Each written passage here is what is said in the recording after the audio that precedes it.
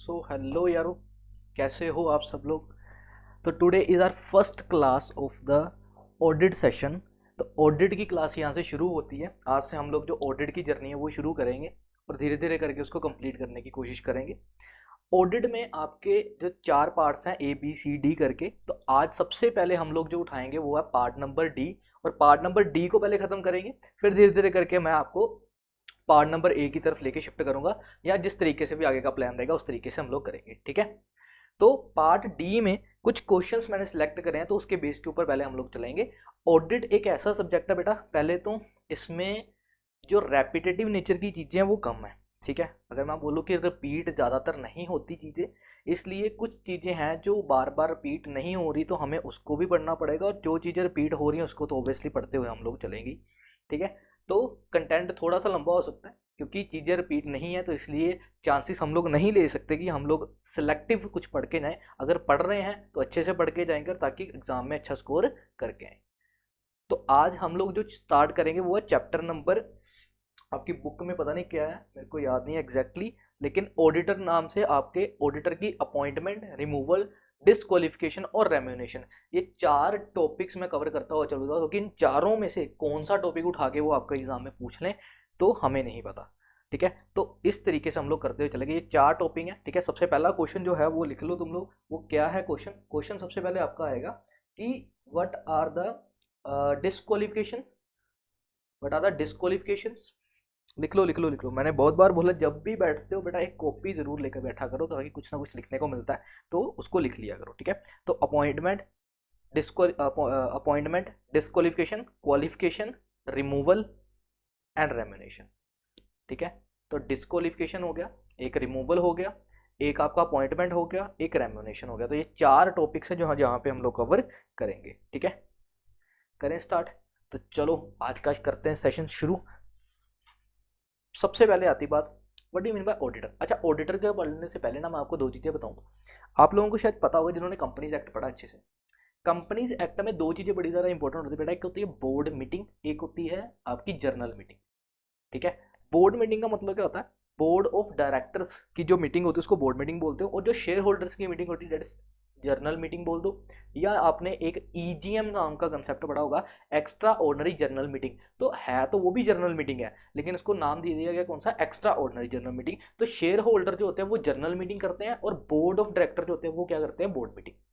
अब कई लोग ऐसे भी होंगे, अभी भी मेरे को पता है, कई लोग ऐसे भी होंगे कि जिन लोगों को ये भी डाउट होगा कि सर ये बोर्ड मीटिंग में बोर्ड ऑफ डायरेक्टर कौन होते हैं या फिर शेयर होल्डर कौन होते हैं। तो मैं एक छोटी सी आपको एग्जांपल देता हूँ, उससे समझना। रिलायंस की एग्जांपल लेते हैं बेटा, रिलायंस की एग्जांपल लेते हैं। तो रिलायंस का अगर मैंने शेयर खरीदा हुआ है, एक भी शेयर मैंने खरीदा हुआ है, तो I am the share holder of the Reliance, ठीक है।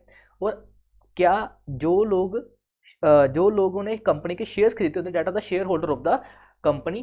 किसी भी कंपनी के आपने शेयर्स खरीदे, आप शेयर होल्डर बन जाते हो। और शेयर होल्डर के लिए मीटिंग जो रखी जाती है उसको क्या बोलते हो? जर्नल मीटिंग बोलते हो। जबकि रिलायंस को चलाने के लिए, रिलायंस को चलाने मतलब रिलायंस आज मैं थोड़ी चला रहा हूँ, चाहे मैं शेयर होल्डर, तो मैं कंपनी को थोड़ी चला रहा हूँ। कंपनी को चला कौन रहे हैं? कुछ लोग मिलकर कंपनी को चला रहे हैं। तो जो लोग कंपनी को चलाते हैं उसको क्या बोलते हो? Board of director. इकट्ठे बुलाना हो तो बोर्ड ऑफ डायरेक्टर, और अकेले अकेले किसी बंदे को बुलाना हो तो डेट इज डायरेक्टर। तो जो डायरेक्टर्स की मीटिंग होती है उसको बोलते हैं बोर्ड मीटिंग, और जो शेयर होल्डर की मीटिंग होती है उसको क्या बोलते हो? Journal meeting. तो ये एक छोटा सा कंफ्यूजन था जो आप लोगों को कवर करना था, क्योंकि इसमें बोर्ड मीटिंग और जनरल मीटिंग के बारे में चीज़ें आएंगी, तो वहाँ पे आप लोग कंफ्यूज ना हो, इसलिए मैंने क्लियर कर दिया। तो बोर्ड मीटिंग होती है बोर्ड ऑफ डायरेक्टर की, और जनरल मीटिंग जो होती है वो कौन किसकी होती है? हम लोगों की, जिनको शेयर होल्डर बोलते हैं उनकी क्या होती है? शेयर होल्डर की जनरल मीटिंग होती है। डन। अब शुरू करते हैं यहाँ से कि आखिर ऑडिट क्या है। अच्छा, ऑडिट के बारे में तो आप सभी को थोड़ा बहुत पता होगा, ठीक है। जब आप लोगों ने कोई भी काम किया, उस काम को चेक करने के लिए जब कोई सुपीरियर अथॉरिटी आती है ना, उसको बोलते हैं ऑडिटर। जब कोई सुपीरियर अथॉरिटी आती है और आपके काम को चेक करती है उसको क्या बोलते हैं? ऑडिटर, ठीक है। तो ऑडिटर कुछ नहीं करता, ऑडिटर ने क्या करना होता है? ऑडिटर ने आपकी कंपनी में आना, आपके अकाउंट्स चेक करने और देखना उसने कि जो भी काम तुम लोगों ने करा है, क्या वो सही तरीके से करा या फिर नहीं करा। अगर तो वो काम सही तरीके से करा है तब तो ठीक है, और अगर वो काम अच्छे से नहीं हुआ, कुछ गलतियां, कुछ गड़बड़ उसको नजर आई है, कुछ ऐसा दिख रहा है उसको कि आखिर आपने कंपनी में कुछ जोल करा है, आपके अकाउंट्स अच्छे तरीके से प्रिपेयर नहीं हुए, आपने कोई फाइल्स गायब करके रखी हुई हैं, तो फिर वो ऑडिटर जो होता है वो रिपोर्ट बनाता है और बताता है कि इस कंपनी में मेरे को लग रहा है फ्रॉड है, और वो फ्रॉड को पकड़ने के लिए ऑडिटर अपॉइंट किया जाता है। तो वर्ड ऑडिट जो है ना, ऑडिट में यही चीज़ है कि इंस्पेक्शन करना, सर्च करना, सीज करना ऐसी चीज़ों को जो चीज़ें कंपनी में फ्रॉड के तरीके से रिप्रेजेंट हो रही हैं, कंपनी को मिस रिप्रेजेंट कर रही है, कंपनी में फ्रॉड के चांसेस बढ़ा रही हैं, ऐसी चीज़ों को पकड़ने के लिए क्या किया जाता है, ऑडिट करवाया जाता है। और ऑडिट करता कौन है, ऑडिट करता है ऑडिटर। ऑडिटर एक पर्सन होता है जिसको अपॉइंट किया जाता है और वो यहाँ पे आगे सब कुछ चेक करता है कि आगे सब कुछ सही है या फिर नहीं है। आप लोगों में से कई लोग सीए के पास लगे होंगे, ठीक है ना, चार्टर्ड अकाउंटेंट्स के पास जाके लगे होंगे, तो कभी बेटा चांस मिले ना तो उनके साथ जाना, ऑडिट पे जाना और ऑडिट पे जाके देखना, मज़ा बड़ा आता है। नवाब साहब बन के बैठना पड़ता है, नवाब साहब बन के बैठ जाओ और बोल लो जाओ ये वाली फाइल लेके आओ, ये वाली फाइल लेके आओ, और अगर फाइल ना मिले तो फिर उनके पसीने छूट जाते हैं। क्यों? ऑडिट से हर एक इंसान घबराता है, क्योंकि अगर उन्होंने कोई भी गलती ढूंढ ली तो उनकी वाट लगी। ठीक है, तो ऑडिट के लिए ऑडिटर अपॉइंट किया जाता है, और ऑडिटर क्या करते हैं, ऑडिटर की पूरी टीम जाती है और वहाँ पे जाके सब कुछ देखती है, सब कुछ सही है या फिर नहीं है, और फिर उसके बाद में क्या किया जाता है, अपना सारा काम रिपोर्ट बना के वो उनको सबमिट कर देती है। तो ये एक काम होता है ऑडिट का, इसलिए तुम लोग ऑडिट पढ़ रहे हो। तो सबसे पहले हमें ये तो पता होना चाहिए कि आखिर हम जो सब्जेक्ट पढ़ रहे हैं उसका मतलब क्या है। That is audit. ऑडिट मतलब एक बहुत बड़ी जिम्मेवारी, बहुत बड़ी जिम्मेवारी है। ठीक है, आपके काम, किसी के काम को चेक करना कि उसने सही करा नहीं करा, क्योंकि आपकी रिपोर्ट के ऊपर ही सब कुछ डिपेंडेबल है। ठीक है, और मोस्टली जो ऑडिट होते हैं ना वो चार्टर्ड अकाउंटेंट्स करते हैं। ठीक है, मोस्टली जो ऑडिट्स है वो कौन से करते हैं, चार्टर्ड अकाउंटेंट्स। इसके अलावा भी बड़े सारे ऑडिट्स हैं, जब आगे आएंगे तो पढ़ेंगे कि कुछ ऑडिट ऐसे हैं जो सीए करते हैं, कुछ ऐसे ऑडिट है जो सीएस करते हैं, कंपनी सेक्रेटरीज जो ऑडिट करते हैं, कुछ ऑडिट सीएस करते हैं, और कुछ ऑडिट जो होते हैं वो आपके सीएमए, सीएमए मतलब कॉस्ट एंड मैनेजमेंट अकाउंटेंट्स जो होते हैं, सीएमए। ठीक है, वो कुछ ऑडिट करते हैं, कॉस्ट अकाउंटेंट जिसको हम लोग बोलते हैं, तो वो लोग करते हैं। ठीक है, सीए क्या कहते हैं, अपना कॉस्ट अकाउंटेंट्स जो ऑडिट करते हैं वो सीएमए का ऑडिट होता है, कॉस्ट ऑडिट होता है वो।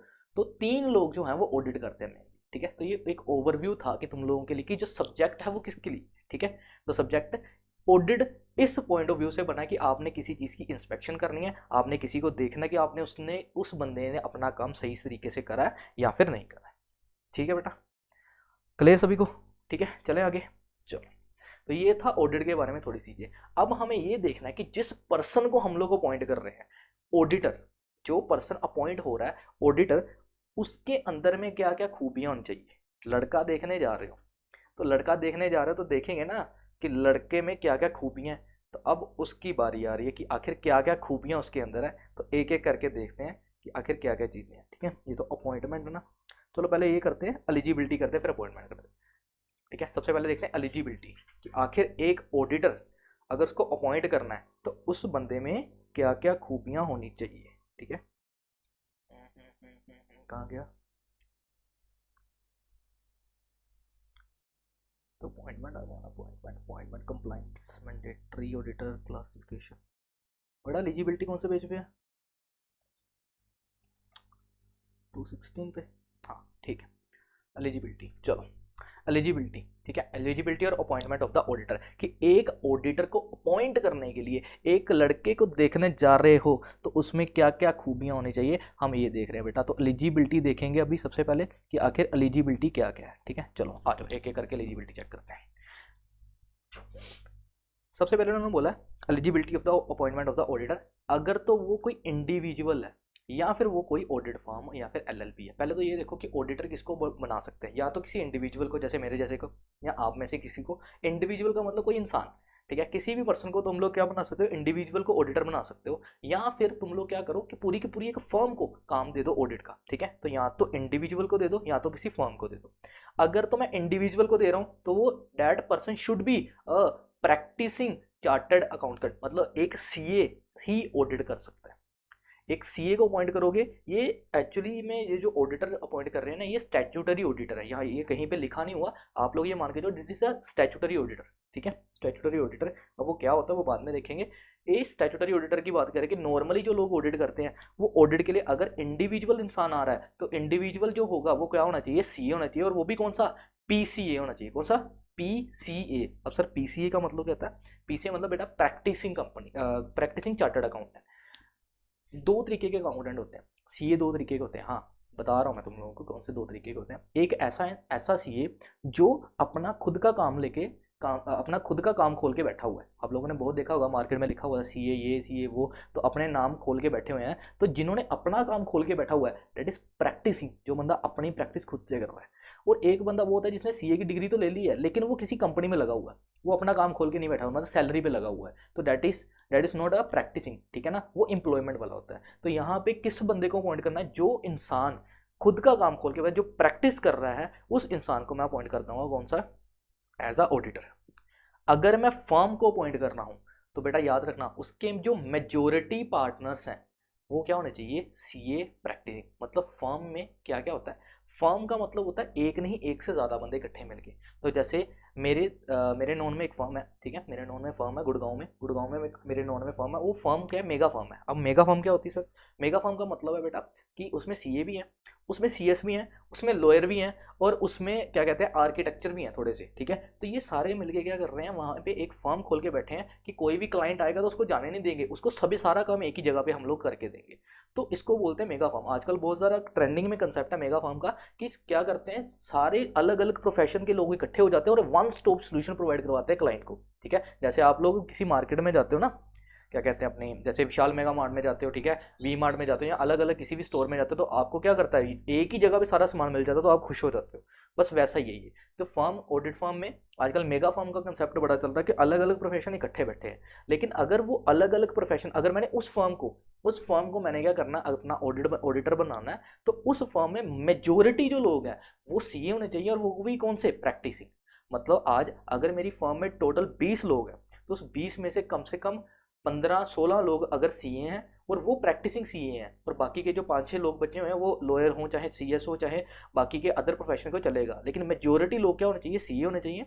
और साथ में एक चीज़ और उन्होंने बोली है, यहाँ पे पता नहीं लिखा हुआ है या नहीं, और जो साइन करेगा, यहाँ पे लिख लेना कहीं पे बेटा, लाइन लिख लेना, जो साइनिंग अथॉरिटी है, ऑडिट करोगे चाहे पूरी फर्म ऑडिट कर ले, लेकिन जो साइन करने की अथॉरिटी है वो सिर्फ प्रैक्टिस सीएस को है। मतलब आज मैंने फर्म खोली, मेरे पास सीए भी है, मेरे पास सीएस भी है, मेरे पास लॉयर भी है, सब कुछ है। तो क्या हमारी फर्म को ऑडिटर बना सकते हैं, बिल्कुल बना सकते हैं, मेरी फर्म को भी ऑडिटर बना दो, ठीक है। लेकिन वहाँ पे जाके एक लॉयर साइन नहीं करेगा, उस रिपोर्ट पे जाके कोई सीएस साइन नहीं करेगा, उस रिपोर्ट पे जाके कोई और प्रोफेशन का बंदा साइन नहीं करेगा। कौन करेगा, एक सीए ही साइन करेगा। तो ये उन्होंने बोला है कि आखिर एक ऑडिटर, जिस लड़के को तुम लोग देखने जा रहे हो, या तो वो इंडिविजुअल होगा या वो फर्म होगी। अगर इंडिविजुअल होगा तो फिर तो सिंपल सी बात है, वो क्या होना चाहिए, पीसीए मतलब प्रैक्टिसिंग चार्टर्ड अकाउंटेंट होना चाहिए।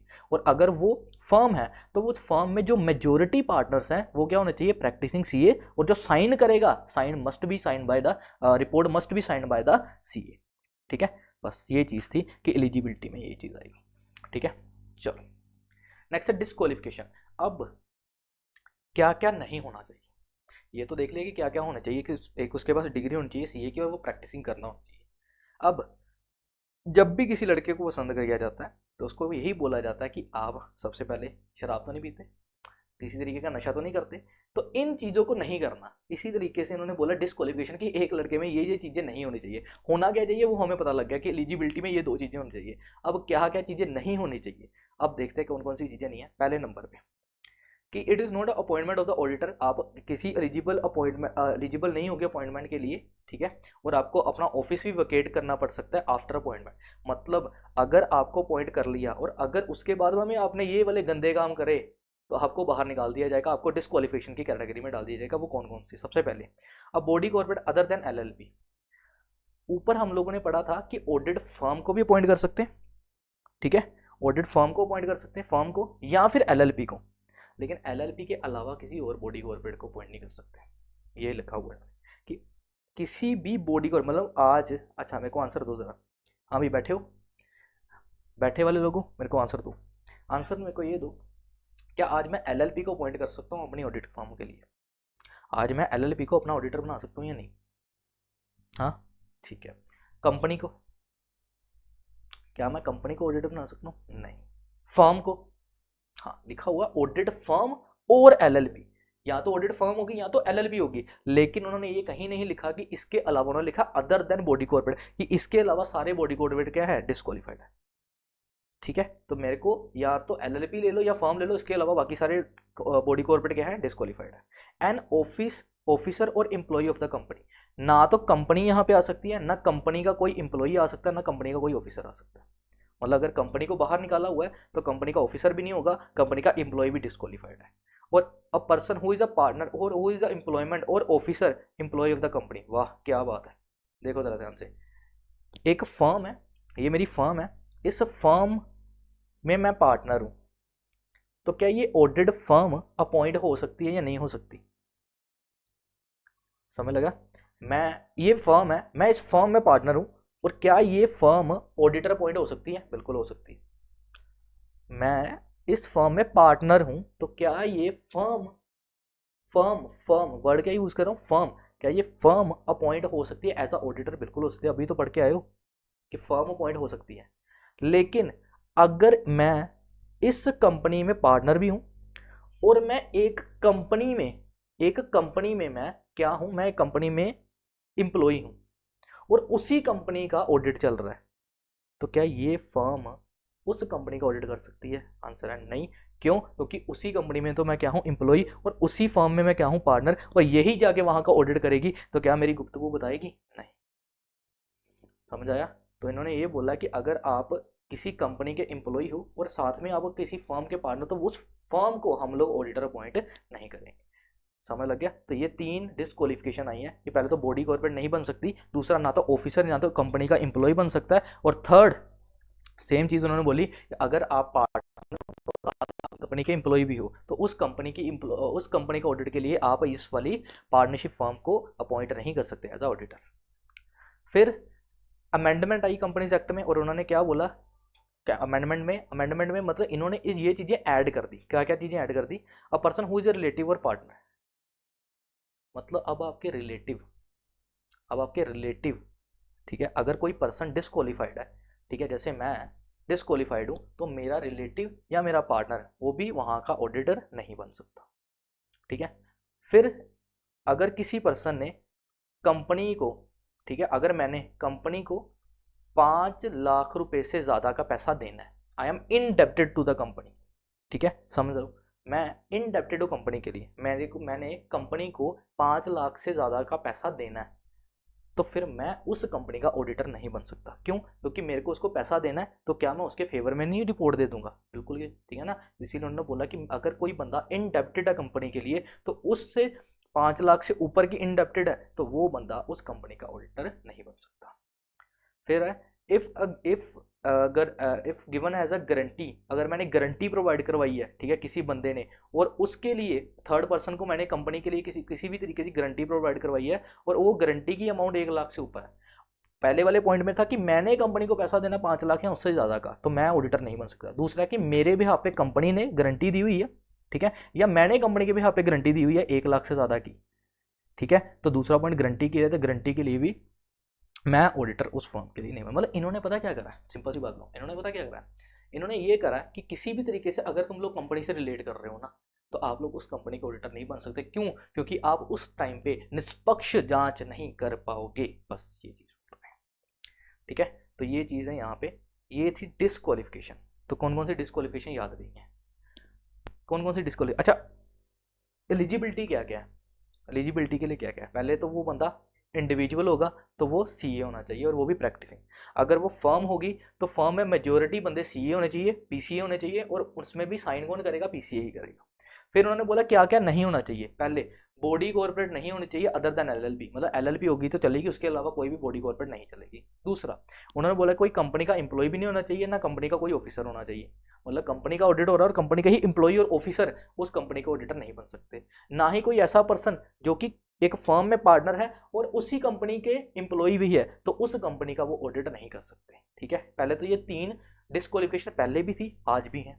फिर उन्होंने 2 पॉइंट ऐड करे, 3 पॉइंट करे ऐड, वैसे हम लोगों ने 2 ही पढ़े। एक, अगर आप डिस्क्वालीफाइड हो तो आपका कोई रिलेटिव भी उस चीज का ऑडिट नहीं कर सकता। फिर उसके बाद में आया कि आपने किसी कंपनी को इनडेप्टेड हो। इनडेप्टेड का मतलब होता है कि मैं किसी कंपनी के आगे झुका हुआ हूँ। क्यों? क्योंकि मेरे को उसको 5 लाख रुपए देने हैं, तो 5 लाख से ऊपर तक का अमाउंट मैंने किसी कंपनी को देना है, और मैं उसके लिए इनडेप्टेड हूँ, तो मैं उस कंपनी का ऑडिट नहीं कर सकता। गारंटी के लिए कितना अमाउंट था? 1 लाख का, कि अगर मैं कंपनी के लिए गारंटी दी हुई है, या कंपनी ने मेरे पे गारंटी दी हुई है 1 लाख से या उससे ज्यादा से, तो मैं भी उस कंपनी का ऑडिटर नहीं बन सकता। तो दीज आर द डिस्क्वालिफिकेशंस। ठीक है, कि एक बंदा कौन कौन ऑडिटर नहीं बन सकता। ठीक है, बस। रेम्यूनरेशंस, तो ये कौन सा पार्ट हो गया हमारा, ये हो गया हमारा अपना अपॉइंटमेंट में एलिजिबिलिटी और डिस्क्वालिफिकेशन। ठीक है, अब इसके बाद में था रिमूवल। रिमूवल कहाँ पे, रिमूवल ढूंढो यार, रिमूवल।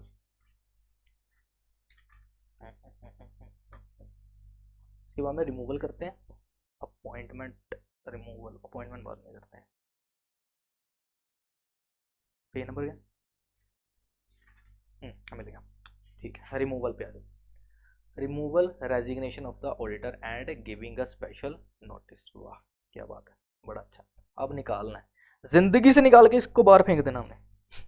ठीक है, तो ऑडिटर को उठा के हम लोगों ने क्या करना है, बाहर निकालना है, या तो रिमूव करेंगे या तो रेजिग्नेशन करेंगे या फिर स्पेशल नोटिस देंगे। अब ये क्या क्या चीजें देखते हैं जरा। सबसे पहले रिमूवल रेजिग्नेशन। अब किसी ऑडिटर को आपने देखा कि एक ऑडिटर में ये क्वालिफिकेशंस होने चाहिए, फिर आपने देखा कि उस क्वालिफिकेशन के बाद में वो ऑडिटर में क्या क्या नहीं होना चाहिए, और अब बात आती है कि उसकी रिमूवल या रेजिग्नेशन। अच्छा, दोनों में फर्क पता भी, रिमूवल और रेजिग्नेशन में क्या फर्क है, क्या फर्क है रिमूवल रेजिग्नेशन में। रिमूवल का मतलब क्या होता है, उठाया और बाहर फेंक दिया, दैट्स रिमूवल। बट मेरा रेजिग्नेशन, रेजिग्नेशन क्या होता है, रेजिग्नेशन क्या होता है, हाँ, जब उसने अपनी मर्जी से यहाँ पे लिखा आई वॉन्ट टू रिजाइन और उठा के तुम्हारे मुंह पे फेंक दिया, उसको क्या बोलते हैं, रेजिग्नेशन। तो रिमूवल का मतलब होता है जब कंपनी से तुम्हें धक्के मार के बाहर निकाला जाए, दैट इज रिमूवल। निकल जाओ मेरी जिंदगी से, दफा हो जाओ, उसको बोलते हैं रिमूवल। और रेजिग्नेशन का मतलब मैं खुद जा रहा हूँ, ठीक है, I want to breakup, that is resignation. ठीक है, तो रिमूवल का मतलब क्या होता है कि आपको खुद कंपनी बाहर निकाल रही है, रेजिग्नेशन मतलब है तुम खुद निकल के जा रहे हो। ठीक है, और एक होता है बाय स्पेशल नोटिस, मतलब ना तो तुम्हें कंपनी ने निकाला, ना तुमने खुद रिजाइन करा, लेकिन कंपनी में जिन लोगों ने पैसा लगाया हुआ है वो लोगों ने नोटिस दिया और बोला इस लड़के की हरकतें हमें अच्छी नहीं लग रही, ठीक है, और इसको निकाल दो बाहर, तो उनकी रिक्वेस्ट आई है और किसी की रिक्वेस्ट पे तुम्हें बाहर निकाला जाता है। ठीक है, उसको क्या बोलते हो, स्पेशल नोटिस। ठीक है, तो जब जब ब्रेकअप होता है उसको रिमूवल बोलते हैं। ठीक है, जब आप खुद निकल के जा रहे हो दैट इज रेजिग्नेशन, और जब किसी तीसरे के आने से तुम्हें बाहर निकाला जाए उसको क्या बोलोगे, स्पेशल नोटिस। तो ये तीन तरीके की चीज़ें पढ़नी है हम लोगों ने। ठीक है, अब देखते हैं एक एक करके क्या क्या चीज़ें हैं। अब आया इंटरेस्ट पढ़ने में, है ना, कई लोगों का तो, है ना, स्माइल आ रही है, तेरी स्माइल आ रही है मेरे को। चलो भाई, तो by approval of the central government and special resolution. अच्छा, स्पेशल रेजोल्यूशन है, हाँ, चलो। एक तो सबसे पहले अप्रूवल ऑफ किसकी किसकी अप्रूवल लेनी है, सेंट्रल गवर्नमेंट की अप्रूवल लेनी है।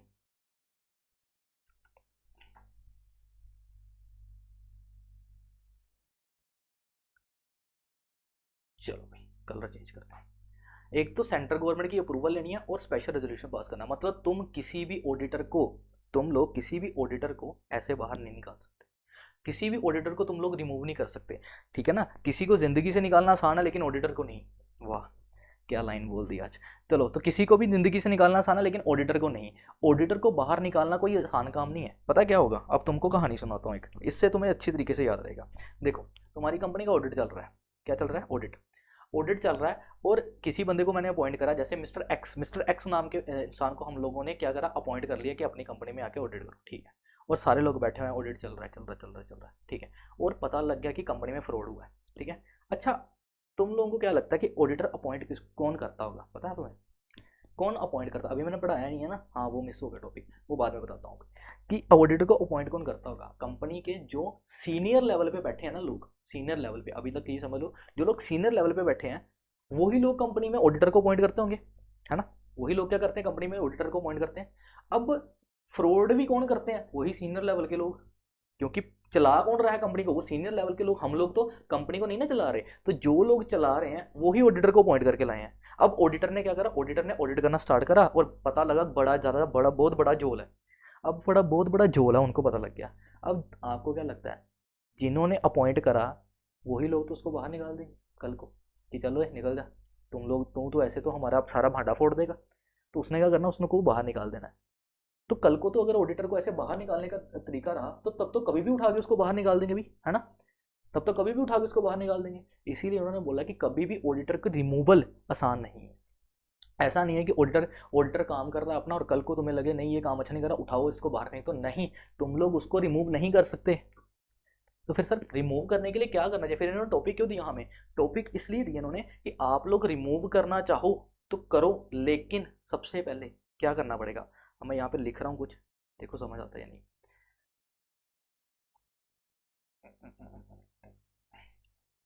चलो भाई, ठीक है।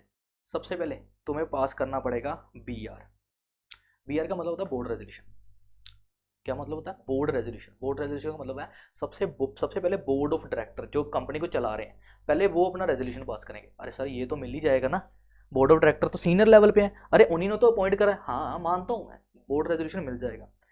उसके बाद में तुम्हें लेना पड़ेगा सेंट्रल गवर्नमेंट का अप्रूवल। अब ये कैसे मिलेगा, अभी सोचो बोर्ड ऑफ डायरेक्टर ने बोला कि हम ऑडिटर को बाहर निकाल रहे हैं, मिस्टर एक्स नाम का इंसान आया और वो ऑडिट कर रहा है और हमने जाके इसको बाहर निकालना है, सेंट्रल गवर्नमेंट हम चाहते हैं इसको बाहर निकाल, सेंट्रल गवर्नमेंट पूछेगी नहीं कि भाई बता ऑडिटर को, ऑडिटर ने ऐसा क्या करा कि तुम लोग उसको बाहर निकाल रहे हो। जब भी आप ऑडिटर को बाहर निकालते हो तो सेंट्रल गवर्नमेंट के दिमाग में सिर्फ एक ही चीज़ आएगी, पक्का कंपनी में झोल होगी और वो पकड़ी गई होगी, तभी तो ये बाहर निकाल रहे हैं। तो सेंट्रल गवर्नमेंट की अप्रूवल लेनी पड़ेगी। अब वो यहाँ पे फंस जाएगा इंसान, और सेंट्रल गवर्नमेंट की अप्रूवल लेने के बाद में भी काम नहीं खत्म होता, तुम्हें SR पास करना है। तो SR क्या होता है सर, शेयर होल्डर से भी पूछना पड़ेगा, जिन लोगों ने कंपनी में पैसा लगाया उनसे भी पूछना पड़ेगा तुम्हें कि हम लोग इसे बाहर निकालना चलते, तो 3 लोगों की अप्रूवल लेनी पड़ेगी। चलो बोर्ड रेजोल्यूशन तो मिल भी जाएगा, मान लेता हूँ तुम्हारी बात, लेकिन क्या सेंट्रल गवर्नमेंट अप्रूवल देगी, नहीं। क्या शेयर होल्डर अप्रूवल देंगे, क्यों देंगे, वो उनका तो पैसा लगा हुआ, वो पूछेंगे नहीं कि तुम लोग ऑडिटर को क्यों बाहर निकाल रहे हो भी। और ऑडिटर को से जब पूछा जाएगा तो क्या वो सच नहीं बोलेगा। इसीलिए उन्होंने बोला कि ऑडिटर की रिमूवल आसान नहीं है, ऑडिटर की रिमूवल यार, ऑडिटर की बड़ी इज्जत है भाई। तभी तो बोला था जब भी ऑडिट करने का मौका मिले तो जाओ, बड़े मजे से देख के आओ। मैं गया था एक बार ऑडिट के लिए, सरकारी ऑडिट था, अब मैं नाम नहीं लूंगा उस जगह का, सरकारी ऑडिट था, पठानकोट में ही था, ठीक है। और मैं गया था एक बार ऑडिट करने के लिए, वाह क्या मज़ा आया था। ये जूस आ रहे हैं, सारा सामान आ रहा है खाने पीने का, सर आप बैठो बस। तो ऑडिट जब होता है ना तब देखने लायक होती है सबकी शक्ल, ठीक है। अगर तो अच्छी कंपनी हो तो फिर तो कोई दिक्कत नहीं है, अगर कंपनी में फ्रॉड झोल चल रहा हो तो फिर तो वो कंपनी गई। तो ऑडिटर की अपॉइंटमेंट तो आपने बाद में पढ़नी है, अभी रिमूवल पढ़ रहे थे। रिमूवल में क्या था, रिमूवल में उन्होंने बोला कि अगर कंपनी अपने ऑडिटर को बाहर निकाल रही है तो क्या क्या करना पड़ेगा, पहले बोर्ड रेजोल्यूशन, फिर सेंट्रल गवर्नमेंट को अप्रूवल, और उसके बाद में भी क्या लेना पड़ेगा, शेयर होल्डर अप्रूवल। 3 तरीके के अप्रूवल लेके तुम लोग क्या करोगे, उसको पास बाहर निकालोगे, ठीक है। चलो, तो ये आ गया तुम्हारा यहाँ पे। चलो, ये आ गया तुम्हारा स्पेशल रेजोल्यूशन, ठीक है। फिर यहाँ पे आएगा अप्रूवल ऑफ सेंट्रल गवर्नमेंट, ठीक है, सेंट्रल गवर्नमेंट का अप्रूवल लेना पड़ेगा। और बोर्ड अप्रूवल यहाँ पे नहीं लिखा हुआ, वो मैंने तुम लोगों को बताया क्योंकि बोर्ड रेजोल्यूशन के बाद में स्पेशल रेजोल्यूशन आता है, ठीक है। तो ये सारा कुछ लेने के बाद में उसके बाद फॉर्मेलिटी करने के बाद में आपको क्या करना पड़ेगा, उसको बाहर निकालना पड़ेगा। तो रिमूवल ऐसे होता है। दूसरा पॉइंट है रेजिग्नेशन, सर रिजाइन, रिजाइन अब ऑडिटर खुद चाहता है मैं बाहर जाना चाहता हूँ, ठीक है। तो देखो क्या लिखा हुआ है, auditor who is resigned from the company shall file within period of 30 days from the date of resignation. तो 30 दिन के अंदर अंदर ना, उसको जिस दिन उसने रिजाइन लिखा, रिजाइन के 30 days के अंदर अंदर उसको आरओसी को बता देना। किसको बता देना, आरओसी। आरओसी क्या होता है, रजिस्ट्रार ऑफ कंपनी, जहाँ पे कंपनी ने अपना नाम दर्ज करवाया होता है। बेटा हर स्टेट में एक आरओसी रखा होता है, हमारा आरओसी कहाँ पे बैठा है, हमारा आरओसी बैठा है चंडीगढ़ में, ठीक है। तो चंडीगढ़ में आरओसी है, तो हर एक स्टेट में एक एक आरओसी बैठाया होता है। 2 ऐसी स्टेट है जहाँ पे एक से ज़्यादा मतलब 2 आरओसी बैठते हैं, ठीक है। दो स्टेट्स हैं जहाँ पे आरओसी 2 हैं, एक तो शायद मुंबई है और एक क्या कहते हैं, चेन्नई है, चेन्नई में शायद, है ना, चेन्नई में है ना, याद है किसी को, पढ़ाया था तुम लोगों को उसको, ठीक है। तो 2 ऐसी जगह जहाँ पे आरओसी 2 है, बाकी सारी जगह पे एक एक आरओसी बैठाया होता है उन्होंने। तो वहाँ पे आपको जाके क्या करना पड़ता है, आपको वहाँ पे जाके पंजाब का जो आरओसी है वो कहाँ पे जाएगा, आपका चंडीगढ़ में जाएगा। तो चंडीगढ़ में जाके उसको क्या करना पड़ेगा, कि रेजिग्नेशन के बारे में बताना पड़ेगा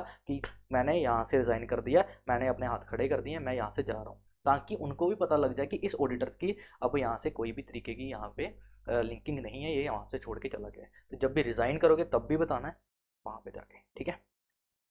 2 तरीके के पढ़ लिए। और थर्ड होता है बाय स्पेशल नोटिस।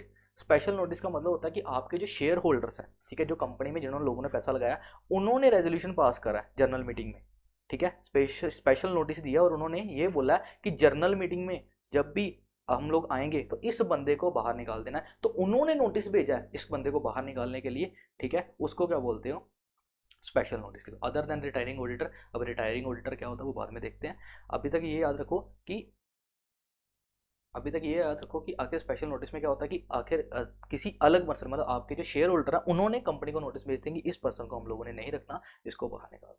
तो ये 3 टॉपिक थे आपके किस किसके, रिमूवल, रेजिग्नेशन और स्पेशल नोटिस के। रिमूवल कैसे होता है अभी, 3 लोगों की अप्रूवल से बोर्ड रेजोल्यूशन लेना है, सेंट्रल गवर्नमेंट की अप्रूवल लेनी है और स्पेशल रेजोल्यूशन लेना है। और रेजिग्नेशन कैसे होता है, कभी भी वो बंदा रिजाइन कर सकता है, लेकिन 30 दिन के अंदर अंदर, कितने दिन के अंदर, 30 दिन के अंदर अंदर रेजिग्नेशन के उसको किसको बता देना है, आरओसी को बता देना है। और आरओसी को जाके ये बोल देना है कि मैं यहाँ से जा रहा हूँ, मेरा अब इसके बाद में कोई भी लाइबिलिटी नहीं है, ठीक है। और लास्ट में क्या बोला था मैंने, स्पेशल नोटिस, कि जो शेयर होल्डर होते हैं वो कंपनी को भेजते हैं कि हमें ये ऑडिटर नहीं चाहिए, हमें इससे बाहर। सो हम लोग कहाँ थे, हम लोग थे अपॉइंटमेंट पे, है ना बेटा, हम लोग थे अपॉइंटमेंट पे। ऐसा करो, पैसे डालो सारे लोग, ठीक है, और सॉफ्टवेयर नवा लेके आओ, है ना, अच्छा अच्छा वाला सॉफ्टवेयर लेके आओ मेरे लिए तुम लोग, ठीक है। फिर पूरा सिस्टम सेट करते हैं। ये बीच बीच में रोकता ना बड़ी दिक्कत आती है यार सभी को। चलो कोई ना, ले लेंगे। फर्स्ट ऑडिटर, ठीक है, सबसे पहले बात किसकी आती है, फर्स्ट ऑडिटर। किसकी बात आ रही है बेटा, फर्स्ट ऑडिटर की बात आ रही है, ठीक है। तो appointment of first auditor, first auditor कब अपॉइंट करना होता है, सबसे पहले यहाँ पे टाइम लिमिट है बेटा, ठीक है, यहाँ पे टाइम लिमिट है तो याद रखना। पहला ऑडिटर जो अपॉइंट करना होता है वो बोर्ड ऑफ, कौन अपॉइंट करता है, बोर्ड ऑफ डायरेक्टर अपॉइंट करते हैं, ठीक है। और 30 डेज में, कितने दिन में, 30 डेज में from date of registration of company, मतलब जिस दिन तुम्हारी कंपनी बनी, कंपनी के बनते ही कंपनी की रजिस्ट्रेशन करवाई तुम लोगों ने, रजिस्ट्रेशन करवाने के 30 दिन के अंदर अंदर अपॉइंट करके देगा कौन, बोर्ड ऑफ डायरेक्टर। और अगर बोर्ड ऑफ डायरेक्टर फेल हो जाता है, अगर वो फेल हो जाता है बोर्ड ऑफ डायरेक्टर, तो 90 डेज के अंदर अंदर कौन अपॉइंट करके देगा, मेंबर। समझ लगा, 90 डेज के अंदर कौन अपॉइंट करके देगा, मेंबर। बस, तो पहले में क्या याद रखना आप लोगों को, पहले में आपको याद रखना है कि आखिर किसने अपॉइंट करा और कितने दिन में अपॉइंट करा। तो क्या क्या याद रखोगे पहले नंबर पे, सबसे पहले कौन अपॉइंट करके देता है, बोर्ड, ठीक है। बोर्ड अपॉइंट करके देगा कितने दिन में, 30 डेज में, किस कहाँ से, रजिस्ट्रेशन से, रजिस्ट्रेशन से 30 डेज के अंदर उन्होंने बोर्ड अपॉइंट करा। अगर बोर्ड ने अपॉइंट करने से बोर्ड फेल हो जाता है, अगर बोर्ड क्या हो जाता है, फेल हो जाता है, तो उस केस में कौन अपॉइंट करके देता है, मेंबर, ठीक है। उस केस में कौन अपॉइंट करके देता है, मेंबर अपॉइंट करके देता है। और वो भी कितने दिन में अपॉइंट करके देता है, मेंबर 90 डेज में, सॉरी 90 डेज में अपॉइंट करके देता है, कौन, मेंबर अपॉइंट करके देते हैं। तो ये था फर्स्ट जो हम लोगों ने पढ़ा अभी, ठीक है। तो सबसे पहला ऑडिटर कब आ जाना चाहिए, 30 दिन के अंदर अंदर। और फिर उसके बाद में क्या करना, अगर वो 30 दिन में नहीं आया तो फिर 90 डेज में आपके मेंबर अपॉइंट करके देंगे। नेक्स्ट आता है आपका appointment of auditor other than first auditor. Other than first auditor का मतलब होता है कि फर्स्ट ऑडिटर को छोड़ के, क्योंकि फर्स्ट ऑडिटर तो अपॉइंट हो चुका है, अब उसके बाद में जो ऑडिटर अपॉइंट होंगे वो कैसे अपॉइंट होंगे उसकी बात चल रही है। तो अब देखते हैं बाकी के ऑडिटर कैसे अपॉइंट करने हैं, ठीक है। तो उन्होंने बोला है बाकी के जो ऑडिटर हैं, a company shall at the first AGM, ठीक है, इंडिविजुअल और ऑडिट फर्म और ऑडिटर द अपॉइंट करके देगी उसको, the auditor so appointed shall hold the office of it conclusion of till 6th AGM and thereafter till the conclusion of the 6th AGM. अब sir ये क्या बोल दिया, ये क्या बोल दिया इन्होंने, मैं तुम्हें बताता हूँ इन्होंने क्या लिखा हुआ है। इन्होंने बोला हुआ है कि फर्स्ट ऑडिटर आएगा, कब आएगा, 30 डेज में आ जाएगा। और अगर 30 डेज में नहीं आया तो फिर 90 डेज में उसके मेंबर्स उसको अपॉइंट करके दे देंगे, सिंपल सी बात है। अब फर्स्ट ऑडिटर आ गया, अब जितना भी ऑडिटर आगे आएगा उसको अपॉइंट करने का पावर किसके पास है, फिर से इन लोगों के पास में ही है। लेकिन इन्होंने यहाँ पे लिखा क्या हुआ है, यहाँ पे इन्होंने लिखा हुआ है कि जो सब्सिक्वेंट ऑडिटर आएंगे, जितने भी आगे वाले ऑडिटर आएंगे वो कब तक रहेंगे। यहाँ पे पता क्या वर्ड है, यहाँ पे वर्ड है टेन्योर की बात, कि एक ऑडिटर जो होता है वो कितनी देर तक रहता है। यहाँ पे बात चल रही है टेन्योर की, कि एक ऑडिटर का टेन्योर कितना होता है। सिंपल सी बात बोला हूँ, 5 ईयर्स, 5 ईयर्स का टेन्योर रहता है।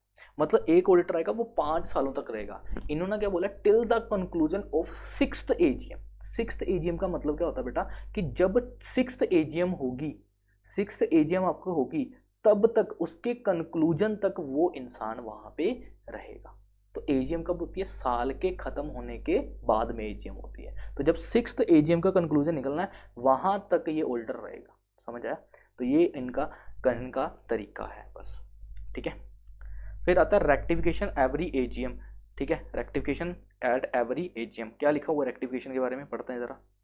यहाँ पे क्या लिखा हुआ है रेक्टिफिकेशन के बारे में, देखते हैं कि rectification at the AGM the company shall place at the matter relating to the appointment rectification by the member and at every general meeting. मतलब रेक्टिफिकेशन का मतलब कि अगर आपने पहले किसी को अपॉइंट कर दिया और बाद में उसको मेंबर मेंबर्स उसको हाँ करेंगे या ना करेंगे उसको बोलते हैं रेक्टिफिकेशन, ठीक है। तो अपॉइंटमेंट फॉर द रेक्टिफिकेशन मतलब मैंने किसी बंदे को अपॉइंट करा और बाद में मेंबरों से पूछा कि मेंबर आपको ये चलेगा या नहीं चलेगा, तो मेंबर बाद में उसको हाँ करेंगे, उसको बोलते हैं रेक्टिफिकेशन। अगर उन्होंने रेक्टिफाई नहीं करा, ठीक है, तो माना जाएगा कि जो पहले से बंदा अपॉइंट हुआ है वही बंदा कंटिन्यू करेगा। Then not rectified then the board of director shall appoint another individual. अगर रेक्टिफाइड नहीं हुआ, ठीक है, अगर रेक्टिफाइड नहीं हुआ, रेक्टिफाइड का मतलब कि अगर उन्होंने अप्रूवल नहीं दी, उन्होंने बोला हमें ये पसंद नहीं है, तो फिर क्या करोगे, नया अपॉइंट करके दोगे। लेकिन अगर उन्होंने कुछ नहीं बोला तो फिर डीम्ड माना जाएगा, जो बंदा चल रहा है वही तरीके से वो चलता ही रहेगा। तो रेक्टिफिकेशन का मतलब कि अगर मैंने किसी को अपॉइंट कर दिया, बाद में मेंबर ने बोला हमें नहीं चाहिए, हम इसके साथ में काम नहीं करेंगे, तो फिर बाद में उसको बाहर निकाल के कोई और अपॉइंट कर देंगे। और अगर उन्होंने कुछ नहीं बोला मेंबर्स ने, तो फिर चलता ही रहेगा, ठीक है। क्योंकि फर्स्ट ऑडिटर कौन अपॉइंट करके देता है, बोर्ड, ठीक है ना। तो बोर्ड ने अपॉइंट करके दे दिया, अब बोर्ड ने अपॉइंट करके दे दिया तो उसके बाद में मेंबर उसको क्या करते हैं, बाद में रेक्टिफाई। तो रेक्टिफाई करते अगर उन्होंने बोला कि हमें ये नहीं चाहिए, तो फिर उनको निकालना पड़ेगा और बाद में किसी और को लाना पड़ेगा। और अगर उन्होंने कुछ नहीं बोला तो फिर जैसे चल रहा वैसे चल, ठीक है, that is rectification. Compliance before the appointment by the company और ऑडिटर, ठीक है। अब बिफोर द अपॉइंटमेंट ही ये क्या लिखा हुआ, द कंपनी है, ही नहीं है वो, the company shell obtain from the auditor. अब ये सबसे इंपॉर्टेंट मेरे पॉइंट ऑफ व्यू से, कि जब भी तुम किसी ऑडिटर को अपॉइंट कर रहे हो तो तुम्हें ये चीजें उससे लेनी है। जब भी तुम किसी ऑडिटर को अपॉइंट करोगे ना, तो उससे ये चीजें ले लेना पहले ही। अब क्या क्या चीजें लेनी है, देखो, सबसे पहले उसकी कंसेंट। बेटा मर्जी के बगैर कुछ नहीं करते, ठीक है। तो मर्जी के बगैर ना तो ऑडिटर आएगा, पहले उसकी कंसेंट लेनी है कि मैं तेरे को ऑडिटर अपॉइंट करूँगा, तू लिख के दे कि तू भी ऑडिटर बनना चाहता है मेरी कंपनी में, ठीक है ना। तो जोर जबरदस्ती से किसी से काम नहीं करवाया जाएगा, सबकी कंसेंट के साथ में चलना है, ठीक है। उसके बाद में सर्टिफिकेट लेना है। कौन सा सर्टिफिकेट लेना है, सर्टिफिकेट लेना है that auditor is eligible for appointment. Auditor को ये लिख के देना पड़ेगा कि भाई मैं एलिजिबल हूँ, मैं डिसक्वालीफाइड नहीं हूँ। आपने डिसक्वालीफिकेशन पढ़ी है ना अभी, कि वो क्या कहते हैं, रिलेटिव नहीं होना चाहिए, 5 लाख से ऊपर का ज़्यादा इंडेप्टेड नहीं होना चाहिए, 1 लाख से ज़्यादा की गारंटी नहीं होनी चाहिए, तो उसमें वो कवर नहीं है, उसको ये लिख के देना पड़ेगा। दूसरा, उसकी जो अपॉइंटमेंट है propose appointment is as per the term provided under this act. इस एक्ट में कुछ टर्म्स प्रोवाइड करवाई गई हैं कि आपको इस टर्म्स एंड कंडीशन के ऊपर आपको अपॉइंटमेंट करवाई जाएगी और उसी टर्म्स के ऊपर आपको अपॉइंट किया जा रहा है। फॉर एग्जाम्पल, मैंने बोला ऑडिटर तू आ जा, तेरे को मैं अपॉइंट करवा देता हूँ, लेकिन उसके लिए तुझे इस इंसान का कत्ल करना पड़ेगा, चाकू मार इसको और चाकू मार के आ जा, ठीक है, चाकू मार के आ जा। तो क्या ऐसी चीज़, ठीक है, क्या ऐसी अपॉइंटमेंट करवाना पॉसिबल, मतलब ऐसी अपॉइंटमेंट कराना क्या अच्छा है, क्या ऐसी टर्म्स एंड कंडीशन रखना सही है, नहीं ना। तो बस उन्होंने यही बोला कि appointment as per the term provided होनी चाहिए, ठीक है, as per the term provided होनी चाहिए।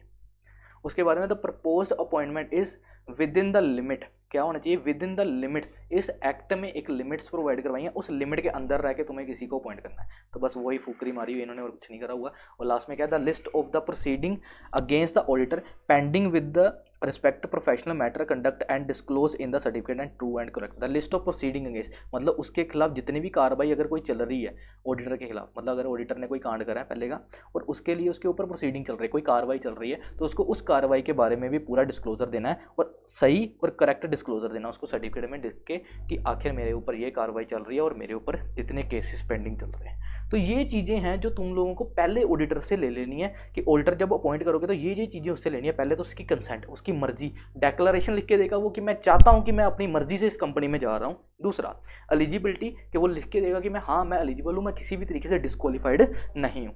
फिर तीसरा कि टर्म्स और कंडीशन के अकॉर्डिंगली उसको अपॉइंट किया जाएगा। इस एक्ट में जो लिमिट दी गई उस लिमिट के अकॉर्डिंगली उसको अपॉइंट किया जाएगा। और अगर उसके खिलाफ कोई भी तरीके की प्रोसीडिंग चल रही है, कोई भी तरीके की कार्रवाई चल रही है, तो उस कार्रवाई के बारे में भी उसको बताना पड़ेगा पूरा ट्रू एंड फेयर व्यू से कि मेरे ऊपर ये वाले केसेस चल रहे हैं और ये वाले केसेस नहीं चल रहे हैं, ठीक है।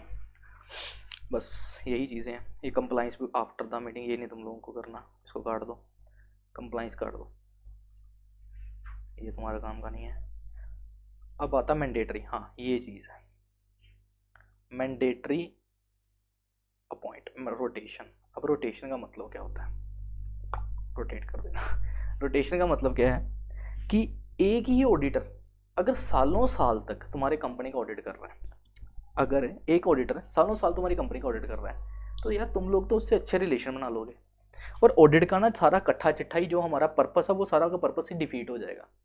कि मैंने किसी को ऑडिटर रखा था कि यार तू इनके ऊपर नज़र रख, अब मैंने 10 सालों तक वही पर्सन सेम ऑडिट करी जा रहा, हर बार आता है ऑडिट करता है चले जाता है, तो यार कभी ना कभी तो तुम लोग उसके जान पहचान निकाल लोगे, मामे के चाचे का ताए का लड़का है, तो किसी ना किसी लड़के है ना। तो तुम्हें पता है इंडिया में तो वैसे भी रिश्ते बनाने तो बड़े ज़्यादा आसान है कि है ना, ये मेरी बुआ का लड़का तो ये मेरी इसका लड़का है। तो उन्होंने बोला कि यार अगर एक ही ऑडिटर एक ही कंपनी में रहेगा जमा हुआ, तो वो तो पर्पस ही डिफीट कर देगा, है ना। पर्पस डिफीट कर देगा मतलब कि अगर एक ही कंपनी में वो बार बार ऑडिट कर रहा है तो वहाँ के लोग भी उसके फैमिलियर हो जाएंगे, और जो कभी अगर उसको गलती दिखी तो वो फिर उनके साथ में आपस में सेटलमेंट कर लेगा, तो ऑडिट का पर्पस क्या हो जाएगा, डिफीट हो जाएगा। इसीलिए मैंडेटरी रोटेशन रखिएगी। मैंडेटरी रोटेशन में क्या करेगा उन्होंने कि अगर एक ऑडिटर किसी कंपनी में लगा हुआ है तो वो इतने सालों तक उस कंपनी का ऑडिट करेगा, उसके बाद में उसकी टेन्योर खत्म, उसके बाद में दोबारा वो उस कंपनी का ऑडिट नहीं कर सकता इतने टाइम तक। ये इसका मतलब है रिटायरमेंट बाय रोटेशन। मतलब मैं आज किसी कंपनी में ऑडिटर के तरीके से अपॉइंट हुआ तो मैं लगा लो 1 2 3 4 साल के लिए उस कंपनी में ऑडिट कर सकता हूँ, लेकिन उसके बाद में एक कूलिंग पीरियड होता है। कूलिंग पीरियड का मतलब होता है कि इतने टाइम तक मैं उस कंपनी में नहीं जा सकता हूँ। क्यों? क्योंकि जो भी मेरा रिलेशन बना होगा वो वहीं पे 2 3 साल अगर तुम लोग किसी से ना मिलो तो तुम्हारे तो वैसे भी ठीक है ना, बाद में वो बंदा पहचानने से मना कर दे तुम्हें, है ना। तो इसीलिए उन्होंने बोला कि एक बीच में कूलिंग पीरियड रखेंगे ताकि कंपनी और उस पर्सन के बीच में जितना रिलेशन है वो खत्म हो जाए। तो उन्होंने इसीलिए एक वर्ड रखा रिटायरमेंट बाय रोटेशन। बस इस रोटेशन का मतलब ये है कि अगर तुम लोगों ने दो ही तरीके से बंदा अपॉइंट होता है, या तो वो इंडिविजुअल होगा या फिर क्या होगी वो ऑडिट फर्म। अगर वो इंडिविजुअल है तो वो 5 कॉन्जिक्यूटिव टर्म के लिए अपॉइंट किया जाएगा। 5 कॉन्सिक्यूटिव मतलब लगातार वो 5 सालों तक ऑडिट कर सकता है, लेकिन उससे ज़्यादा नहीं, ठीक है। और अगर कोई ऑडिट फर्म है तो वो 2 टर्म्स ऑफ 5 ईयर है। क्या 2 टर्म्स मतलब पहले 5 ईयर और फिर नेक्स्ट 5 ईयर, मतलब टोटल मिला कितने हो गए, 10 साल हो गए। उसके बाद में वो कंपनी वहाँ पे ऑडिट नहीं कर सकती, ठीक है। तो पहले 5 साल, अगर एक अकेला इंडिविजुअल है तो वो 5 सालों से ज़्यादा तक ऑडिट नहीं कर सकता, और अगर कोई फर्म है तो वो consecutive 2 term of 5 year. 2 term of 5 year मतलब 5 ईयर का एक टर्म, 5 ईयर का एक टर्म, और इस तरीके से वो ऑडिट फर्म अपना कंप्लीट करेगी टेन्योर, और इसके कारण वो क्या यहाँ पे से क्या हो जाएगी, फिर उसके बाद में डिस्क्वालीफाइड हो जाएगी। बस ये था रिटायरमेंट बाय रोटेशन का। बस ये भी है, ख़त्म हो गया यहाँ पे भी। Reappointment in other listed company. हाँ, अगर किसी को रीअपॉइंट करना है, ठीक है, रीअपॉइंटमेंट करनी है। रीअपॉइंटमेंट का मतलब क्या होता है कि अगर आपने उसको आपने 5 सालों तक उसको क्या कर सकते हो, रख सकते हो ना। अब ये नहीं है कि 5 सालों तक रखना ही रखना है, 5 सालों तक आप एक ही ऑडिटर से काम करवा सकते हो, यहाँ तक लिमिट दी है। अच्छा, मैं एक कंपनी में गया, 1 साल बाद उन्होंने मेरे को निकाल दिया, तो क्या निकाल सकते हैं? हाँ बिल्कुल निकाल सकते हैं। क्यों? क्योंकि टेन्योर उन्होंने बोला 5 सालों तक का हो सकता है। अब वो चाहे तो मेरे को 2 साल बाद बाहर निकाल दे, क्या पता मेरे को 3 साल बाद निकाल दे, तो उनकी मर्जी है। लेकिन क्या मेरे को ही, अगर मैंने इस साल का ऑडिट करा और उनको मेरा काम अच्छा लगा, तो वो चाहते हैं कि अगले साल भी मैं ही ऑडिट करूँ, तो क्या मैं कर सकता हूँ? हाँ, 5 सालों तक सर छूट है, आप 5 साल तक कर सकते हो। लेकिन क्या मेरे को रीअपॉइंट कर सकते हैं? हाँ बिल्कुल रीअपॉइंट कर सकते हैं। तो वही यहाँ पे बोला कि आपको रीअपॉइंटमेंट कर सकते हैं, एलिजिबल हो आप रीअपॉइंटमेंट के लिए, लेकिन वही कंडीशन है, पहले आप डिसक्वालीफाइड नहीं होने चाहिए, ठीक है ना, कि आप फिर से क्वालिफाइड ही होने चाहिए, और आपने नोटिस देना है राइटिंग में, ठीक है। इज अनविलिंगनेस टू बी, ये क्या लिखा हुआ है? हाँ हाँ, अगर आप डिसक्वालीफाइड नहीं हो और आपने ये नोटिस भी नहीं कंपनी को दिया कि आपने अनविलिंग नहीं हो, मतलब आपने नोटिस नहीं दिया कंपनी को कि रेजिग्नेशन नहीं दिया हुआ, सिंपल वर्ड ये है कि आपने रिजाइन भी नहीं किया, और अगर आप डिसक्वालीफाइड भी नहीं हो, ठीक है, तो आप उस कंपनी में फिर से रीअपॉइंट हो। अगर मैंने जाकर उनको बोल दिया मैं आपके साथ काम नहीं करना चाहता, तो क्या मैं रीअपॉइंट हो सकता हूँ? नहीं हो सकता हूँ। ये सेकंड पॉइंट में लिखा हुआ है कि मैंने कंपनी को कोई ऐसा नोटिस नहीं दिया जिसमें मैंने बोला कि मैं अनविलिंग हूँ आपके साथ काम करने में, कि मैंने अपनी कंसेंट नहीं दी। तो जब मैं कंसेंट ही नहीं दूंगा तो मेरे को रीअपॉइंट कहाँ से करेंगे? तो बस इन्होंने उल्टा करके लिखा, एक्टिव पैसिव वॉइस बनाया हुआ है, क्योंकि ये लो की लैंग्वेज है तो इसलिए इन्होंने उल्टा करके लिखा हुआ है। तो पहला, अगर मैं डिसक्वालीफाइड नहीं हूँ या मैंने किसी भी तरीके से कंपनी को नोटिस नहीं दिया है अनविलिंग का, तो फिर मैं रीअपॉइंटेड इजीली हो सकता हूँ, ठीक है। बस इतना ही करना आप लोगों को। और क्या था? कैजुअल वैकेंसी, हाँ ये भी याद कर लो। कैजुअल वैकेंसी, कैजुअल वैकेंसी का मतलब होता है कि अगर किसी ऑडिटर की डेथ हो जाती है या ऑडिटर रिजाइन कर देता है, तो वैकेंसी आ जाती है ना, वैकेंसी, तो उसको कितने दिन में फुलफिल करना है? तो कहता है बोर्ड ऑफ डायरेक्टर फुलफिल करेंगे। कौन करेंगे? Board of director. कितने दिन में? 30 डेज में उसको फुलफिल करेंगे, ठीक है, 30 दिन में अंदर। But the same could be approved by the company with in 3 months from the recommendation of the auditor. तो 3 महीने में उसको क्या कर देना है? आगे अप्रूव भी कर देना है, ठीक है। तो 30 दिन में कैजुअल वैकेंसी लेनी है और 3 मंथ में उसको क्या कर देना है? अप्रूव भी कर देना है। 30 दिन की टाइम पीरियड है मतलब, ठीक है आपके पास। और यहाँ पे आके ये खत्म हो जाता है, ठीक है। बस अपॉइंटमेंट भी खत्म हो गया आपका, ठीक है, अपॉइंटमेंट भी खत्म हो गया, रेजिग्नेशन भी खत्म हो गया, रिमूवल भी खत्म हो गया, और क्या रह गया था, रिमूवल भी हो गया था, अपॉइंटमेंट भी हो गया, डिस्क्वालिफिकेशन भी हो गया, और क्या रह गया, अब बस लास्ट टॉपिक बचा बेटा रेमोनेशन, वो कर लो और फिर आपका एक क्वेश्चन जो है वो खत्म हो जाता है। एक क्वेश्चन क्यों बोल रहा हूँ मैं ऐसे, क्योंकि मेरे को नहीं पता कि वो अपॉइंटमेंट और डिस्क्वालिफिकेशन पूछ लें, उन मेरे को नहीं पता एलिजिबिलिटी और आपकी क्या कहते हैं डिस्क्वालिफिकेशन पूछ लें, तो किसी भी तरीके से अगर आएगा तो क्वेश्चन थोड़ा सा बड़ा बन के आएगा, क्योंकि आपने देखा छोटे छोटे जो टॉपिक्स हैं, तो ये किसके साथ कॉम्बिनेशन बना के फेंकेंगे मेरे को नहीं पता, क्योंकि ऑडिट में एक ऐसा पेपर है, मैंने आपके पिछले लास्ट ईयर के जितने भी क्वेश्चन पेपर चेक करें, ऑडिट में बहुत ही कम रेपिटेशंस होती हैं, ठीक है, रेपिटेशंस बहुत ज़्यादा कम है, तो इसलिए मैं नहीं चाहता हूँ कि तुम लोग मेरे ऊपर भरोसा करके जाओ और वहाँ पे जाके मैं कुछ सिलेक्टिव पढ़ा के तुम लोगों को भेज दूँ, वहाँ पे नहीं आए तो फिर मेरे को गालियाँ निकालो, ऐसा मैं कुछ चाहता नहीं हूँ। लेकिन फिर भी जितना मेरे से हो सकता है मैं उतना कंटेंट कवर करने की कोशिश कर रहा हूँ, समझ आ रहा है तो फिर इजीली वो रिटेन तो रहेगा ही, और शॉर्ट नोट्स आपको मिल जाएंगे, सब कुछ तो करना क्या, रीड ही करना वहाँ से बैठ के, तो बस करते रहो, आपका क्या जा रहा है, ठीक है, पढ़ के सारा जाओ, क्योंकि देखो ये लास्ट टाइम है, लास्ट टाइम है मतलब क्या है कि आपका जो मैंने पिछली मतलब बाकी क्लासेस में भी यही बोल रहा हूँ बार बार कि बेटा ये 5th सेम है, हम लोग इतनी मेहनत क्यों कर रहे हैं, हम लोग सिर्फ आपके लिए इतनी मेहनत इसलिए कर रहे हैं क्योंकि आपकी 3 साल की डिग्री है, मैं नहीं चाहता हूँ कि एक भी गलती के कारण वो 3 साल की डिग्री तुम्हारी 4 सालों में पहुँच जाए, क्योंकि एक भी सप्ली आ गई, एक भी तरीके से आपके क्या कहते हैं किसी एग्ज़ाम में तुम लोग मतलब अटक गए, तो वो एग्ज़ाम तुम्हें 1 साल एक्सटेंड करके देगा तुम्हारी डिग्री को, 1 साल पीछे हो जाओगे तुम लोग, ना जाए आपके फर्स्ट ईयर में सेकंड ईयर में अगर आप किसी एग्ज़ाम में अटक जाते हो तो उसका आपका तोड़ है, क्यों, क्योंकि उसके एग्ज़ाम आप नेक्स्ट सेमेस्टर में दे दोगे तो आपकी डिग्री चल रही है, लेकिन अब तो डिग्री खत्म होने वाली है ना, अब तो डिग्री खत्म होने वाली है, अब 5th सेम में अगर आपका किसी भी एग्ज़ाम में अट जाते हो तो वो आपका नेक्स्ट दिसंबर में होगा, आपको पता ही है, तो फिर मैं नहीं चाहता हूँ कि ऐसा किसी भी स्टूडेंट के साथ हो, स्पेसिफिकली उन स्टूडेंट के साथ में जो पूरा साल इंजॉय करते हैं, तो मैं चाहता हूँ वो भी पास हो जाएं, इसीलिए मैं लगा हूँ यहाँ पे, तो आपको भी अपने एफर्ट्स दिखाने हैं, ठीक है, और जितनी मेहनत कर रहे हैं उस मेहनत का फल तुम लोगों को देना है, ठीक है, शेयर करो, लाइक करो, सब्सक्राइब करो, बार बार मेरे को बोलना पड़ता है, तो वो तो तुम लोग कर ही दो, और अच्छे से बढ़ो, बस और कुछ नहीं चाहते, ठीक है, तो चलो आ जाओ एक अच्छी मोटिवेशन के साथ में फिर से स्टार्ट करते हैं लास्ट टॉपिक को आज का, रेम्यूनेशन of the auditor, let's start, छोटा सा ही है, ठीक है, रेम्यूनेशन ऑफ द ऑडिटर, तो रेम्यूनेशन ऑफ फर्स्ट ऑडिटर जो आपने दो तरीके के ऑडिटर पढ़े थे, एक तो फर्स्ट ऑडिटर पढ़ता और कौन सा पढ़ता सब्सिक्वेंट ऑडिटर, जिसको अदर देन फर्स्ट ऑडिटर बोलते हैं, तो या तो पहला ऑडिटर या ऑडिटर के बाद का जो भी ऑडिटर रहेगा, तो पहले ऑडिटर की रेम्यूनेशन, अच्छा कई लोगों को ये भी नहीं पता होगा भैया कि सर रेम्यूनेशन क्या है, रेम्यूनेशन का मतलब होता है बेटा पैसा, जो भी उसको सैलरी दे रहे हो, जो भी उसको इंसेंटिव दे रहे हो, जो भी उसको बोनस दे रहे हो, किसी भी तरीके से उसको पेमेंट कर रहे हो, डेट इज रेम्यूनेशन,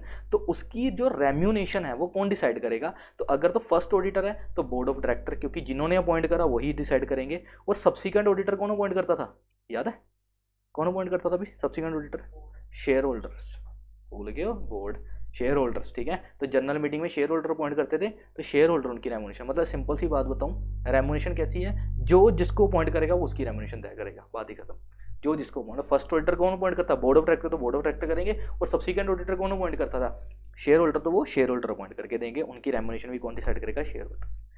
आगे उन्होंने वर्ड बताया रेम्यूनेशन का मतलब क्या आता है, रेम्यूनेशन में क्या क्या इंक्लूड होता है, कोई भी ऐसा पैसा जो कंपनी ने पे करा है ऑडिटर को, ऑफ द ऑडिटर एक्सपेंस, मतलब ऑडिट करने के लिए जितना खर्चा पे करा उसको ऑडिटर रेम्यूनेशन में काउंट किया जाता है, but as per the new act auditor remuneration shall include in addition to fees payable to the auditor if the expense if incurred to the auditor in connection with the audit company and facility extend to him, but it does not include the remuneration paid to him और any other services rendered by him at the request of the company. मतलब इन्होंने क्या बोला, इन्होंने बोला कि audit करने के लिए जितना खर्चा आएगा वो आप इंक्लूड करोगे, और ऑडिट के लिए जितनी फीस पे करी है वो आप इंक्लूड करोगे, बट क्या इंक्लूड नहीं करना, इंपॉर्टेंट लाइन है, क्या इंक्लूड नहीं करना, कोई भी पैसा जो पे करा गया है एनी अदर सर्विस, कोई ऑडिट के अलावा कोई सर्विस देने के लिए, जैसे कंपनी ने बोला, जैसे मैं वहाँ पे गया, ठीक है, मैं कंपनी को ऑडिट करने के लिए गया और मेरे को उन्होंने बोला 1 लाख रुपया देंगे आपको ऑडिट का, और मैंने बोला कि यार ठीक है वो तो ठीक है, मेरे आने जाने का खर्चा, कहते चलो वो भी दे दें, कितना खर्चा होता है, मैं कहा देख लो भाई 10,000 रुपया खर्चा है, कहते चलो ठीक है 1,10,000 पे कर देंगे, that is remuneration to the auditor. लेकिन उन्होंने बोला कि भाई तू आया हुआ है, चल ऐसा कर हमें ना कंसल्टेंसी सर्विसेज देते, तो बड़ी अच्छी कंसल्टेंसी देता है, ठीक है, जिनके दिल टूटे हैं, जिनके दिल बीमार है, उनके लिए बड़ी अच्छी कंसल्टेंसी सर्विस देता है, तो तू बता एक एम्प्लॉई है हमारा, उसको कंसल्टेंसी सर्विसेज देनी है, ठीक है, उसको कंसल्ट करना, उसकी मानसिक संतुलन अभी ठीक नहीं है तो उसको अच्छे तरीके से समझा दे। तो मैं उसको समझाने के लिए सर्विस दे रहा हूँ, ठीक है ना, उसको समझा रहा हूँ, उसके बदले में पैसे चार्ज कर रहा हूँ। तो क्या this is also auditor expenses? नहीं, इसको ऑडिटर की रेम्यूनेशन में नहीं काउंट किया जाएगा। तो अगर कंपनी की रिक्वेस्ट पे मैं ऑडिट के अलावा कोई सर्विस दे के दे रहा हूँ उनको, उसके बदले में अगर कोई पैसा ले रहा हूँ तो वो पैसा मैं उसको ऑडिटर रेम्यूनेशन में काउंट नहीं किया जाएगा। बस ये चीज़ उन्होंने बोली है, ठीक है भाई, बस। और ये एक मेरे कहने पे मेरे को लगता है कि ये इंपॉर्टेंट है। अब इतना रुके हो तो थोड़ा सा रुक जाओ, बस यहाँ पे आगे ख़त्म करते हैं, ठीक है, यहाँ पे ख़त्म कर देते हैं बस।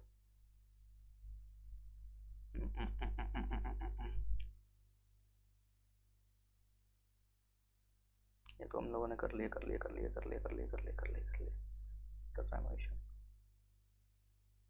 Removal of auditor, first auditor, removal of auditor, special notice, duties of company auditor, तो बाकी बाद में देखेंगे। अभी बस लास्ट ये है डिस्क्वालिफिकेशन ऑफ ऑडिटर, ये तो हम लोगों ने कर लिया था ना, कहाँ पे गया वो, हाँ ये वाला, हाँ ये लास्ट है, लास्ट बस यहाँ पे खत्म करें, पक्का यहाँ पे खत्म कर दूंगा, ठीक है। अब बस बस बस बस बस बस चलो आज auditor note render following services, ये वाली सर्विसेज, ये वाले काम ऑडिटर कंपनी के लिए नहीं कर सकता, ठीक है। अरे कर लो कर लो कर लो, मान लो मेरी बात, ठीक है, मान लो, क्या पता यही वहाँ पे एग्जाम में मिले तुम्हें, जाकर वहाँ पे बोलो जाके कि काश वो लास्ट के 2 मिनट में सुन लेता, ठीक है ना, तो वो एग्जाम में मेरा बच जाता, सुन लो इसको लास्ट में, ठीक है। तो auditor note render following services, ऐसी सर्विसेज ऑडिटर नहीं दे सकता। कौन कौन सी सर्विसेज जो ऑडिटर नहीं दे सकता, सुनो।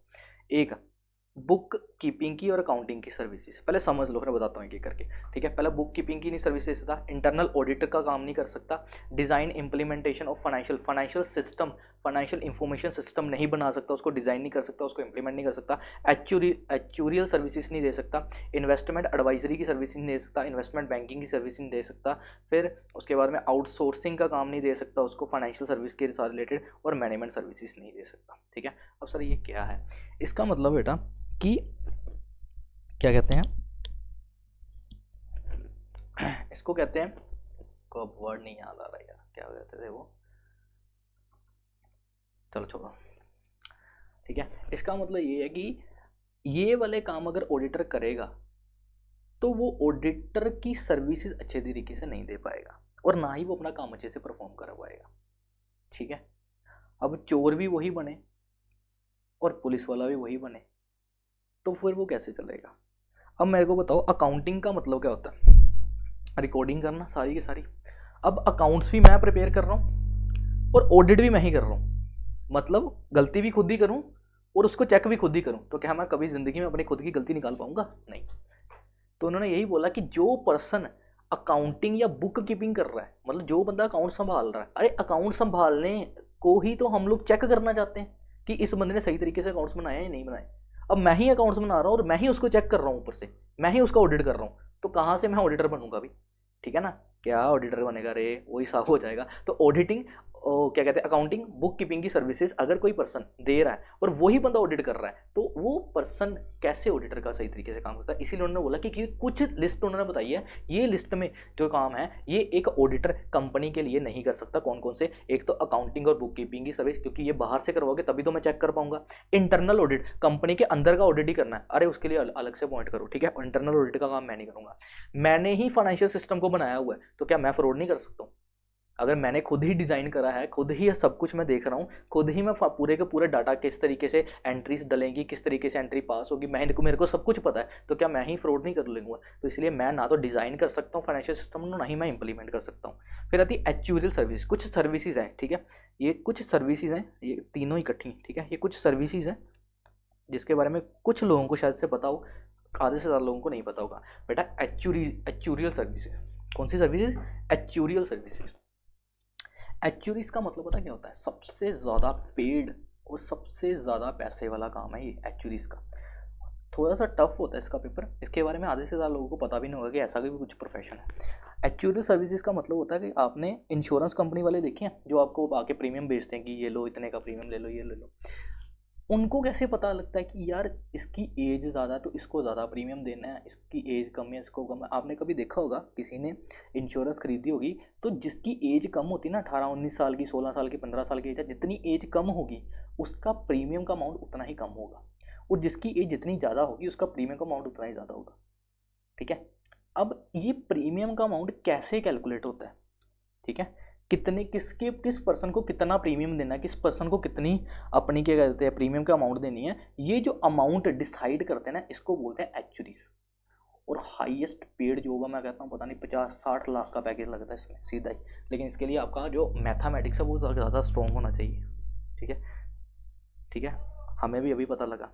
ठीक है, आप में से अगर किसी का इंटरेस्ट हो तो मे बी वो वहाँ पे जा सकता है, और एक्चुअली में मतलब काफ़ी अच्छा पैकेज आपको मिलता है। वहाँ पे आपकी सारी कैलकुलेशंस करके ये बताना होता है कि आपको कितना प्रीमियम रखना है, किसी पर्सन के लिए कितना प्रीमियम होगा, तो वो एक्चुअरीज की सर्विसेज में आता है। ठीक है, तो एक्चुअरियल सर्विसेज का काम एक ऑडिटर नहीं दे सकता। फिर इन्वेस्टमेंट, कहाँ पे कंपनी ने इन्वेस्ट करना, कहाँ नहीं करना, इसकी सर्विस नहीं दे सकता। इन्वेस्टमेंट बैंकिंग की सर्विसेज नहीं दे सकता कि एज अ बैंकर काम कर ले उनके लिए, वो भी नहीं कर सकता। आउटसोर्स फाइनेंशियल सर्विसेज, अगर कंपनी ने बोला कि मेरी बात सुन हमारा फाइनेंस का काम तू घर बैठ के कर ले या अपनी कंपनी को दे दे, ऐसा काम भी वो नहीं कर सकता। मैनेजमेंट की सर्विस, कंपनी को चलाना मैनेज करने का काम भी वो नहीं करता। तो ये कुछ काम है जो वो नहीं कर सकता। ठीक है, तो ये काम प्रोहिबिटेड करेंगे कंपनीज एक्ट में। ठीक है, गया ये काम प्रोहिबिटेड करें हैं बस। भाई थोड़ी देर रुक जा मेरा भाई, साथ दे दे थोड़ा सा। ठीक है, कुछ काम है जो ये नहीं कर सकता, जो कंपनी एक्ट ने क्या करे हैं, मना करे हैं, बस खत्म, यही था। ठीक है, तो ये वाले काम एक कंपनीज एक्ट ने बोला कि आप लोग नहीं कर सकते। किसको बोला गया, ये बोला गया आपके ऑडिटर को। तो यहाँ पे आपका आज का सेशन होता है समाप्त। ठीक है, तो बहुत बहुत शुक्रिया सुनने के लिए। ठीक है, अच्छा लगे तो लाइक सब्सक्राइब शेयर ज़रूर करो और उन तक ज़रूर पहुँचाओ जिनको इसकी खास ज़रूरत है बेटा। ठीक है, बाकी पढ़ते लो, मिलते हैं अगले सेशन में। तब तक के लिए tata bye bye, take care, ख्याल रखो अपना और पढ़ते रहो अच्छे से।